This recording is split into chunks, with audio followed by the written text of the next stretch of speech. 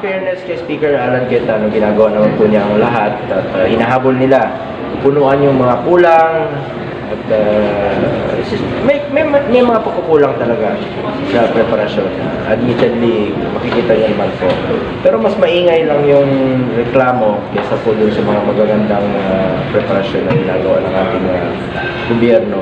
Sabi ni Pangulo, ituloy nyo yan, magtulungan na lang po kayo, especially sa PSC, mga government officials, different government agencies. Sabi niya, tulungan na lang natin ang ating organizing committee para wag na tayong pumalpak dito. Kung meron mga controversies or irregularities, saka na natin imbestigahan yan. Ako, as chair po dito sa sports committee, as a member of Blue Ribbon, I'm willing to investigate after the game.